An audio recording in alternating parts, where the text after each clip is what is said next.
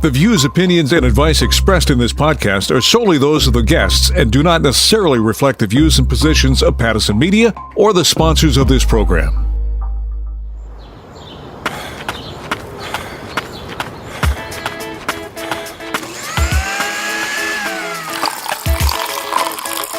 Breathe out, 2, 3, 4.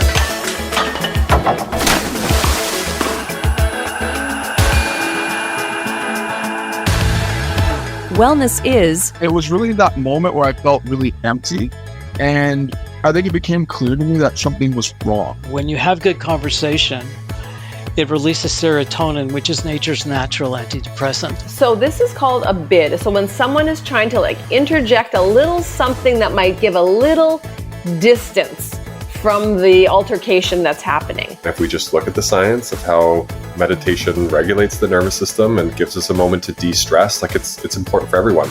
Welcome to Choosing Wellness, your one-stop shop for practical advice about how to attain better physical and mental well-being, so that instead of just surviving, you're thriving.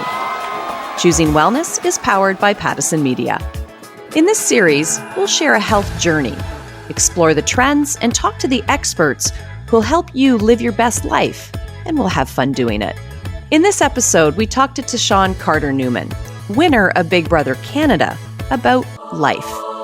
Psychologist Dr. Avram Miller speaks to men's mental health, a Being Real story about mental strength, and Life Unlimited, Stephanie Staples, talks about making a bid. Sold! I'm Linda Freeman. Come join the journey of choosing wellness. Health Tag. We know hashtags help link us to content we're looking for in the world of social media. So we created Health Tag. Like hashtags, we explore what's trending in the world of wellness. I've said before, I feel like most of us hate ourselves. Yeah. At times. Yeah. You know, sometimes all the time, right? And it's like the fact that sometimes we can't even sit in silence. You know, imagine sitting with yourself and there's all this noise. It's we got to turn on music. We got to turn on TV. There's got to be some distraction. We got to be doing something because it's we can't actually just hang out with ourselves and just talk to how do I feel today? Yeah.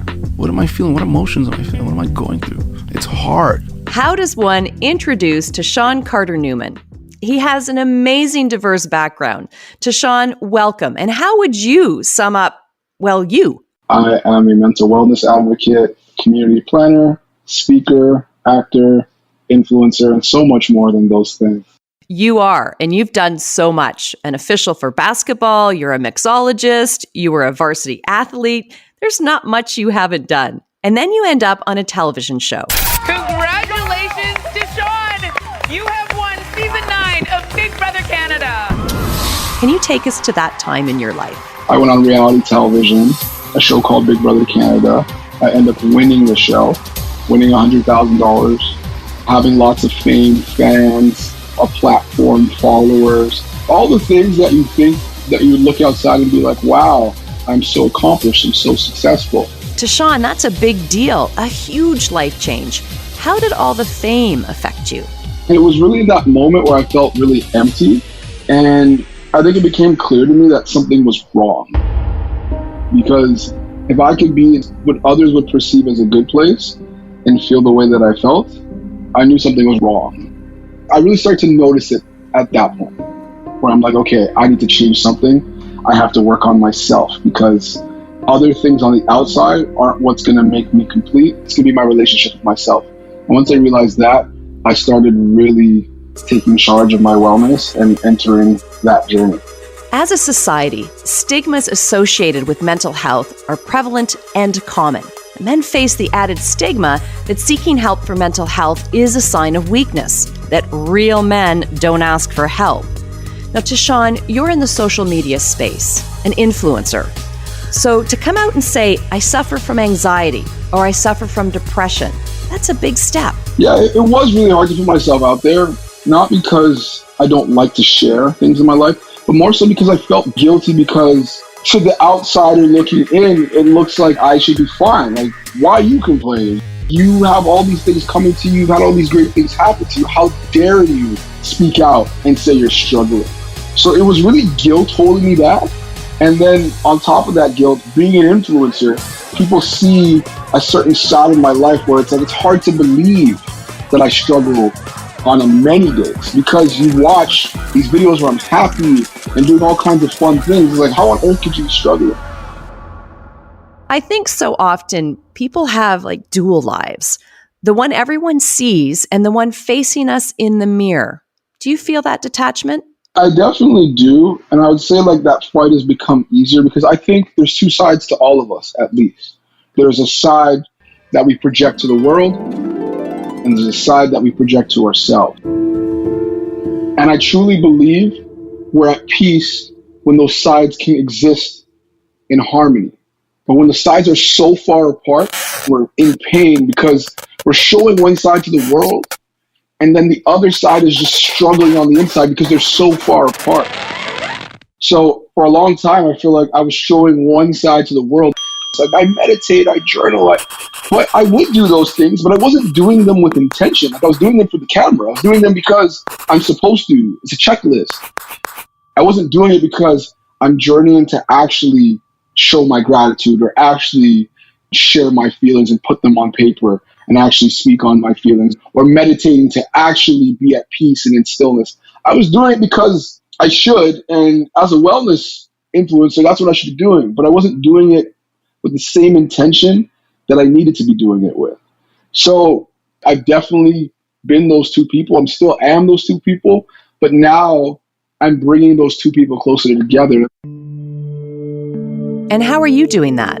Just like by making the version I am of myself to myself more apparent to the real world. And there's so much more peace in doing that. And I think a lot of times as we mature, we start to do that more. That's why we have less friends as we get older. That's why we do less things that we don't want to do when we get older. And as we're older, we start taking interest in the things we actually want to do, not what's cool, not what's trendy, not what others want to do. We start to become more of ourselves. And for some people, it happens faster than others. And for me, it's starting to accelerate. Can you talk a bit more about how you push through? Lots of men deal with these feelings, but they bury them, which is so unhealthy. So how do you do it? How do I do it? There isn't one way to get through things. And I've tried so many different ways, but it's finding the tools that work for us best, finding the things that help us address our traumas or help us address that weight that we're carrying on our shoulders. You have to find out what works for you. And for me, I tried everything. I tried therapy, Reiki, medication, journaling, changing my friendships, changing my job, changing literally everything. Right now, I'll tell you that therapy is huge because it helps you talk about your traumas or your ongoing challenges in your life. It helps you get that energy that can be blocked inside of you and get it out of you and share it. It helps give you a different perspective on some of the things that you went through. It helps you heal. Tashawn, what's your message to men who are feeling that they're stuck? My message is that vulnerability is actually a strength rather than a weakness. To share the weight that you're carrying with others is the real strength because it helps you get to the top of the mountain. Picture me trying to get to the top of a mountain and I'm carrying 100, 200, 300 pounds and I never make it there. Was that success? No, but what if I brought a friend with me who also shared the weight, or I brought a group of friends with me who shared the weight and we all made it to the top? Wouldn't that be more satisfying? So it's really understanding that vulnerability is your strength. Being a man doesn't mean just fighting through trauma. Being a man, to me, is being able to be real with yourself and be honest with yourself and be honest with others. To me, that's true strength. I don't always have to deliver something amazing at all times. I don't have to deliver something big to the world at all times to be of value. Yeah. But it's those small things over time that make the big things, and we forget that sometimes. Tashawn, thank you so much for this conversation. I really appreciate you taking the time. It was a really meaningful.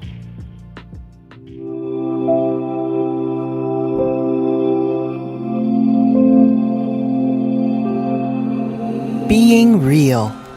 Tommy Europe is a Canadian actor, stuntman, professional trainer, and former professional Canadian football defensive back who played 11 seasons in the Canadian Football League. He has had his challenges and knows the need for mental strength. This is Tommy's story.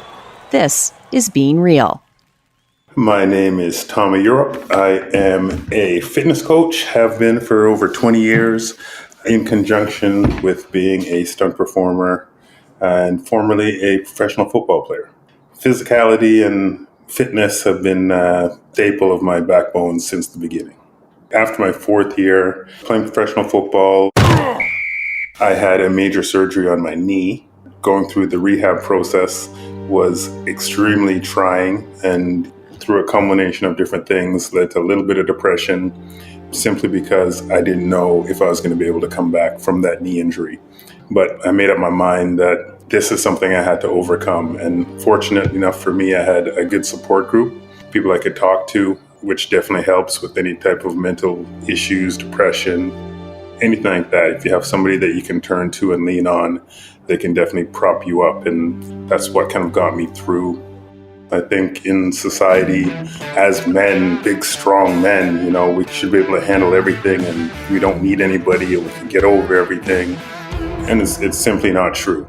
Everybody needs somebody, some type of support group at some point in their lives. And it still took a little bit for me to push myself to ask for that help or go and get that help. Mental health obviously is a big topic of huge importance. The worst thing is to keep it to yourself. We do struggle through some tough times from time to time, and just knowing that somebody is there to kind of help you up and pick you up is huge, and just not feeling ashamed of it. Nobody's looking down on you. Everybody has their own stuff, because, we all need a little bit of a hug every once in a while. For me, being mentally strong is one of the most important things, because if you're mentally strong, you can get over any hump, you can deal with anything that comes your way. Everyone has their own de-stress kind of thing. Focus on the here and now and get better every day. The only thing you're in control of is the here and now. You can't go back, you can't go forward. You just have to live in the present and deal with whatever comes. Put the work in so that you put yourself in the best position to come back, whether it's from an injury or whatever the case may be that took you out. And just mentally arm yourself just with positive reinforcement.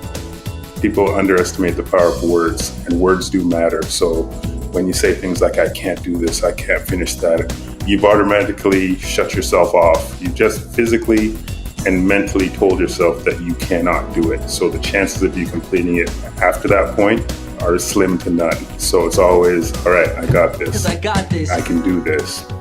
And taking the steps and just positive reinforcement when you do find yourself falling into that negative way of thinking, or those bad thoughts start to creep into your mind, block them out. I'm right here, right now, let's go. You'd have to watch what you say, how you say it, especially when it comes to what you tell yourself. Your subconscious mind is listening to everything that you say.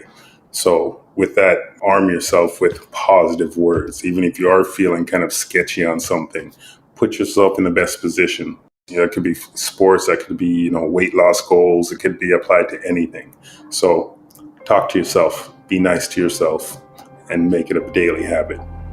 My moniker that I've been using for decades is SHRED, and SHRED is an acronym for strength, heart, resilience, efficiency, and discipline. I follow that SHRED philosophy. I coach that SHRED philosophy. And it's just something that I think everybody needs to incorporate into their lives, just to keep on going forward. Again, right here, right now. Tommy, thank you for the amazing insight to staying mentally strong. How to choose wellness. A recent UK mental health poll of 1,000 men has delivered some stats to think about. The survey showed that 77% of men have suffered from common mental health symptoms like anxiety, stress, or depression, and 40% have never spoken to anyone about their mental health, with 29% of those who haven't done so saying they are too embarrassed to speak about it, while 20% say there's a negative stigma on the issue. A big topic to talk about, so I'm connecting with Dr. Avram Miller, a registered psychologist in British Columbia, Canada, working at the Alpine Clinic for the last 20 years. Welcome, Dr. Miller. And let's just dive right in and start with why you think it's so hard for men to open up. I think there's really a myriad of reasons for that. But probably fundamental to them all are society's expectations, the cultural norms that people grow up with. Although it's changing a bit in North America, it's still fairly pervasive in terms of what male expectations are in other parts of the world. So expressing or showing our vulnerabilities is not something that's readily accessible. It's just not something that we're encouraged to do. And as a result of society thinking of us as being strong and invulnerable, there's a lot of fear of judgment in terms of not displaying those attributes. The concern is that if we show our weaknesses or our vulnerabilities or express sadness or other emotions to do with shame, let's say, or fear, those kinds of emotions that are associated with being less than from a lot of cultural perspectives, nobody wants to take that risk of doing that because being judged harshly by your peers is something that is very stress-inducing. Never listen or try to communicate. It only makes life harder. Live in your own world. Be a man. Also, for a number of people, their past experiences have led them to believe that it's a lot safer not to express your feelings. Yeah. I want to break this down just a little bit because I hear what you're saying and then I've witnessed it. Is it because that's how they've been taught? I think a lot of it is modeling, what we're exposed to, how we see our parents, our father in particular, and it's intergenerational. But part of that also comes from the fact that we're heavy in testosterone and you guys are heavy in estrogen. And that makes a huge difference in terms of how we express ourselves. As a rule, and I have to say that everything I say has the proviso that there are thousands and thousands of exceptions and everything is on a continuum. Of course. It's been like this for so long where I think men have been afraid to open up and talk about their emotions and their feelings. So they haven't really learned or witnessed or seen how to do that. But I'm glad to hear that you're saying that we're starting to see some change in that perspective. I think we are. What do you think needs to change when it comes to men's mental health? Well, for one thing, there's been a lot of emphasis, I think, on women's groups, and women as a rule tend to get together. I know my wife, for example, she's in a book club and she's in a survivors group at a women's group that runs on Sundays kind of thing, and then play golf together. But they don't socialize together as a rule, and I don't see a whole lot of that happening. So I think men need to start to relate to each other a bit differently. Oh my gosh. Oh my gosh. I always feel good after I've had that weekend with my girlfriends to talk about things like a weight's been lifted. Right. And I flip that around and say, if men aren't doing that, then they're carrying this very heavy weight all the time. Exactly. And just to piggyback on what you're saying in regards to women getting together socially, when you have good conversation, it releases serotonin, which is nature's natural antidepressant. Mm. And of course, there's laughter and there's a connection at a deeper level. And even when you have a chance to express yourself, it slows everything down so you can get a different perspective. And I do critical and stress debriefings. So one of the reasons I do that is because when people have a chance to talk about their thoughts and feelings, it allows them not only get back on their feet more quickly, but there's often stuff that's just sitting there, guilt, and without a forum to express it, it's just insidious and never having a chance to be released. Although there are some physiological reasons why women live longer than men, there's also psychological factors, and that's a huge one. Let your life fall apart and do nothing to fix it. Be a man. So how can you tell when a male in your life is really suffering? Well, first of all, I think in our crazy world, with the business of raising children and all of the expectations, both at work, spiritually at play, the whole works, a lot of the time, your partner becomes maybe the last thing that we actually notice because we're busy putting out fires either in our outside world or in our heads. So I think the first thing is to just be aware of your partner and whether you notice any changes. Is he being more irritable? Is he having issues with sleep that are different than before? Are there appetite changes in him? Is he feeling and expressing a sense of powerlessness and hopelessness? Perhaps he is slowly withdrawing into himself and no longer experiencing pleasure in the things that he used to do, or perhaps no longer participating in them, or not having the same drive or motivation to go out and socialize. He just is kind of becoming a shell of himself. He might also become less communicative. And again, these things can be subtle, because when you live with somebody, everything is kind of gradual. Yes. And you don't always notice it. Thank you for sharing that, because I think that that's something that a lot of us don't do. We get, as you said, busy as a parent or busy with work or all the other things that you're doing, and you don't always notice what's going on right in front of you. So what can we do? That's a really good question. And it's kind of tricky because people, when they're hurting, are not likely to open up very easily. So it's important to start a conversation. That conversation needs to be non-judgmental, where you're just there to listen and to support the person. And listening is so important. And you're not there to offer advice unless the advice is requested, but you just want to hear that person's experience. And hopefully at some point you'll have a chance to maybe talk about resources out there. And someone may not have the energy or the interest or the capacity to actually look up those resources and make an appointment. I think it's perfectly okay for you to take the reins in this case. And if it's a friend, it's so important, if you have that conversation, not to just leave it there, but to follow up through text or a phone call, just to kind of let them know that you're there and you'll stick with them. And perhaps it's going to take more time for them to open up, but you'll be in there for the long term. And that's how they'll feel more inclined to trust you and to take the risk of opening up. If you're struggling, what do you do for help? How do you get started to begin to heal yourself? There has to be self-awareness that you are struggling in some way, because if you repress it, and even if it's pointed out, then the likelihood is you're not going to do anything because you're stuck.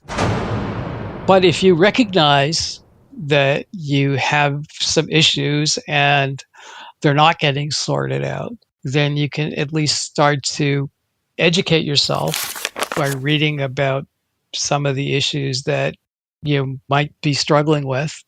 An example would be if you notice that you're drinking more than usual, or you're drugging more than usual, or even spending more money, or being more irritable. And at some point it clicks in that this isn't about everybody else, that there's a common denominator and it's you. And so then you can begin to think about, okay, how can I problem solve this? What can I do to start my healing journey? Of course, there's professional help, but before you're likely to do that, you want to build a support network around you, like family, friends. And that often means making decisions about people in your life who are toxic for you. Journaling has been really helpful. If you have a hard time expressing your feelings, it's easier to express them on paper, and you can let your thoughts and feelings out. And it's very objective, and it actually is a release. It's really important to celebrate small successes and not have unrealistic expectations, because when you do that, that's a prescription for misery, because you're going to be impatient to get there and you're going to fall short. So those goals need to be realistic. Self-care is so crucial in all of this too. Yeah. If you can develop routines around self-care, that makes such a difference in terms of, like exercise. We don't have a lot of control over most things in our lives, but there's pretty much a direct relationship between what we put in and what we get out. You can almost guarantee that we're going to feel better afterwards. I love that you brought in self-care because it's linked to so many things, whether it's physical or mental wellness, eating well, sleeping well, doing some level of exercise, journaling. All these things make such a difference. Absolutely. When it comes to seeking therapy, what is the most important thing to keep in mind? There's been a lot of research about how connected someone feels to the person they're talking to, because if they don't feel that connection, then, all bets are off about what can be accomplished. If they feel comfortable, and if you are talking to somebody and that person appears to be non-judgmental and you feel safe, just talking about things that normally you would repress or not share with anybody because of fear, shame, maybe profound sadness. And as you begin to talk about yourself, both in the past, the present, and the future, when you talk out loud, it slows things down. And so you start to make your own connections. Because when you're in your head, often you're lamenting about the past, you're getting anxious about the future, but you're not grounded in the present, in the here and now. And teaching people how to do that, how to break some of the negative connections in their brain, some of those negative tape loops, by just bringing themselves back, helps them to feel more empowered and more in control. Yeah, and that can help them heal. Absolutely. It's a journey that we take together. It's a collaboration. Thank you. Thanks for your time. You're welcome. Life Unlocked. What to eat to feed our mental health positively. There's a lot of information out there, so I pulled from a few reliable sources to give you the best overview. But always do your research and talk to a healthcare professional. We're taught at a young age that eating well will help us be healthy. But what we're not likely told is that good nutrition significantly affects our mental health. A well-balanced diet can help us think clearly, improve concentration, and be more alert. Conversely, a poor diet can aggravate us and even lead to stress and depression. Sadly, many rely on processed foods high in flour and sugar, rather than nutrient-rich foods like fruits and vegetables. The dopamine centers in our brain associated with pleasure and reward are stimulated by the processed foods we eat. Not to mention, they are highly addictive. However, you can change the physiology of the brain by eliminating added sugars and refined carbohydrates from your diet, positively feeding your mental health. Inflammation throughout the body and brain can contribute to anxiety and depression and are fueled by sugar and processed foods. When we're feeling stressed or depressed, we often eat more processed foods that are that quick pick-me-up. Now, if you want to boost your mental health, include more fruits and vegetables, foods rich in omega-3 fatty acids, such as salmon, and yes, your dark green leafy vegetables are brain protective, so up the greens. The top 3 foods to incorporate into a healthy mental diet include complex carbohydrates like sweet potatoes, brown rice, quinoa, and beets. Lean proteins like chicken, fish, eggs, soybeans, nuts, and seeds, and fatty acids found in flax seeds, meat, fish, eggs, and nuts. I'm nice for a living. I'm nice for a living. I'm nice for a living. I'm nice for a living. Life Unlimited with Stephanie Staples. It's time to recharge, re-energize, and revitalize with our nurse turned motivational speaker, Stephanie Staples. Steph, it's so good to always have you here. Welcome back. And this time we're talking about relationship bids. Yeah. So who doesn't have a relationship they don't want to just be a little bit better? I do. And some of us have a very long list of relationships we'd like to be better. This is true. So I've been following some of the work of Dr. John Gottman, who's kind of a premier in this field of relationships. And one of the things that have really, really caught my attention is this thing called bids. Let's clarify what the bid is. So I'm sure this never happens to you, Linda, but imagine you and your honey are like kind of getting into it. And then maybe he says something that's a little funny or a little like, he's just trying to kind of break the situation a little bit. And you're just like, what are you doing making a joke about? This is not funny, like, or something like that. Yeah, okay, but first I just have to clarify. Getting into it, did you mean an argument? Oh, yes, I meant an argument. Oh, because that's a whole different subject. This does happen, right? So this is called a bid. So when someone is trying to like interject a little something that might give a little distance from the altercation that's happening. The studies show that the relationships that do best are the ones where the one person makes the bid. It's not even that they're giving that person credit for making the bid. It's that the other person accepts the bid. Yes. And to me, that was a real like, oh, because so many times that's happened where maybe we're in this altercation and maybe he'll put his hand on my leg or something like that. And I'm just like, bah! Like I'm not ready for that yet. But that's a small bid. It's someone trying to say like, hey, we're going to make this better and it's going to be okay. And so these bids can happen. We can be the instigator of these bids. Work situations, personal situations, kids situations, any type of situations where we're just trying to go like, hey, but then to be that person, if someone else does it to you, to accept that bid, maybe take that big breath, maybe go like, okay, maybe we need to separate for 5 minutes and just go for a walk or just hold hands or do something to change the trajectory of this. Otherwise, it's probably just spiraling downhill. I do think exactly what you're saying happens so frequently where we get into a discussion, say argument, just a slightly heated conversation with anyone, whether it's our spouse, a friend, a colleague, and someone tries in that conversation to do that bid. And then on the other side, it's not taken. But if you could just recognize when that's being placed, what a difference that could make in these conversations that you're having. Now, probably the key to this, I would say, would be having this conversation about bids when you're not in the middle of an altercation. Yeah, I mean, sitting around the dinner table and you're talking with the family and you're like, hey, I heard this thing about bids. So that's like when when we're in this and then I do that or you do this and the other person accepts it. So that if you have this conversation beforehand and everybody kind of understands it and nobody's in the heat of disagreement, everybody's just having this conversation, learning about bids. When you get into the altercation and you make a bid, say the person doesn't accept it, you can say, hey, that was a bid. Right. That's your opportunity to take things to a different level. Or that person could say to you, hey, that was a bid. Did you miss that? That was a bid. I'm making a bid here. So you're both speaking the same language, which, I think is key.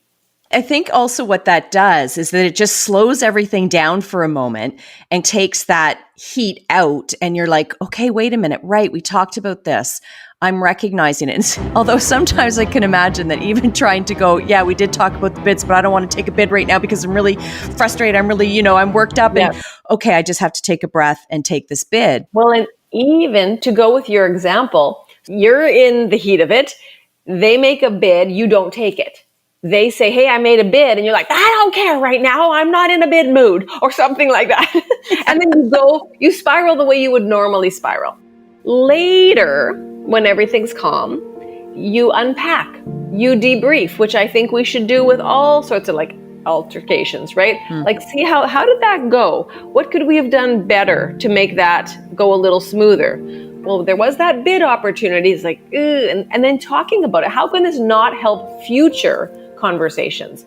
When you've had like a pre-conversation, you've had the altercation and wherever you accept the bid or you don't. And either way, you have an unpack session after. We had that altercation. You gave me a bid. I took the bid. That worked out really well. What do you think would have happened if you hadn't made that bid? That's a good conversation to have. It is. You brought up a good point there because not always when you're in the heat of the moment are you going to be able to accept that bid and just give in and then say, yes, okay, I'm going to slow it down here. Sometimes we can't do that. And so then to take it afterwards and break it down, as you just said, and take a look at that whole conversation when you are in more of a calm space, a clear head, I think it allows you to take those steps to eventually get to the point where maybe you can catch the bid every time. In a respectful way. Yes. Right? I think that's the key, because maybe you don't care about that position, but you care about the relationship. So, and I don't know if the word unpack is like a common thing in relationships or not, but I think bids and unpacking are two things that should be talked about and be part of everyday conversations. Yeah, I like them. I mean, they're both solid words when it comes to having conversations and building relationships and maintaining those relationships. I think so often a relationship can break down so easily because you aren't able to accept what the other person's saying. You aren't able to put in a bid or unpack. So all of these things over time will build up, and then those relationships can crumble. And sometimes we do like to unpack to death. Some of us, we really love our words, and we could just go on and on and on and on forever. And it probably wouldn't hurt us to just try and condense it down a little bit more, especially if the altercation has dragged out for a long time and then the unpacking drags out for a long time. Sometimes less words are better, right? We just want to tie it up with a little bow and understand a little bit better so that the next time we're in a better position to handle things. Yeah, well, they say, right, less is more. And just knowing when to just stop. You can't always have the last word. You have to be able to compromise and work with the other person in that relationship. And I really think this bidding is such a really cool way to look at it. Good. Well, you know what? Anytime we can get a new tool for our toolkit, I think that's just one more thing to live your life unlimited.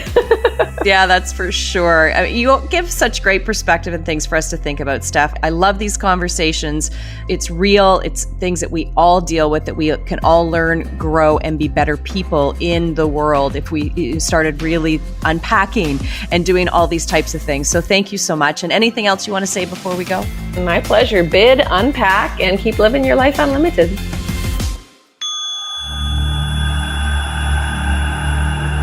Mindfulness Moment.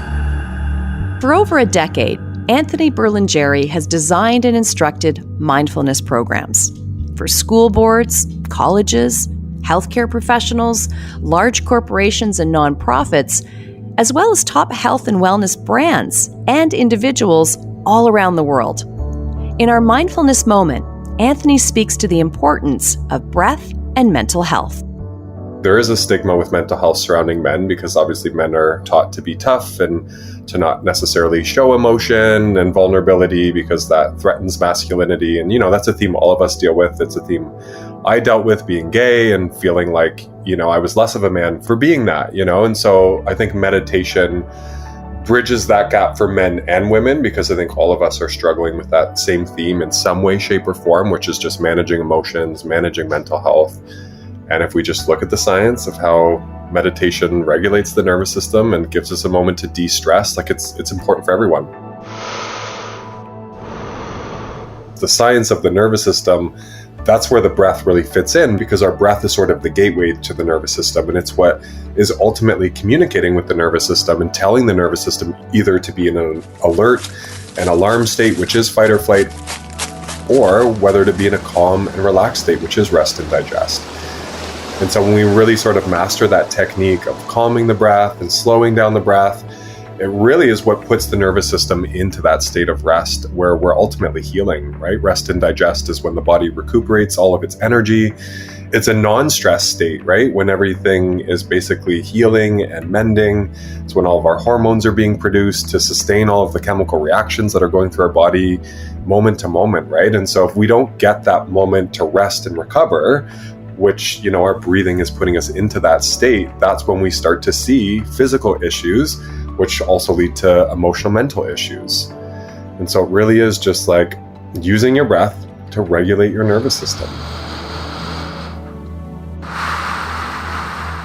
And so even just taking time to count our breath where we're able to gradually increase that count. And while we're increasing that count, we're just really focused on breathing slowly because it's that slow, deep breath that ultimately soothes the nervous system. And so I like to say, keep it really simple. Start with a count of 3 or 4 seconds, and you're simply inhaling for that count, you're trying to hold the breath for that count, and then you're exhaling for that same count before holding again. And so there's an inhale followed by a pause, and then an exhale followed by a pause, and you're keeping that same count for each part of the breath. I usually start with a count of 4, but the main important thing is just that you're breathing as slowly as possible during that count. So you're essentially trying to sip your breath in through the nose and out of the nose as slowly as possible. And then each time you go through a round, you can also work on slowing the breath down more. It really is so easy, you know? Life is challenging, and choosing wellness in our daily lives may seem like adding to the already long to-do list. But together, we can make it easier. Join us on the next Choosing Wellness as we tackle eating for health. I'm Linda Freeman. Let's connect again soon as we take the journey of choosing wellness. You've been listening to Choosing Wellness, an initiative powered by Pattison Media, designed to inspire and motivate a healthy life. For more information on this program, go to pattisonmedia.com and everythinglifestyle.ca. Another Everything Podcast production. Visit everythingpodcast.com, a division of Pattison Media. Subscribe wherever you get your podcast.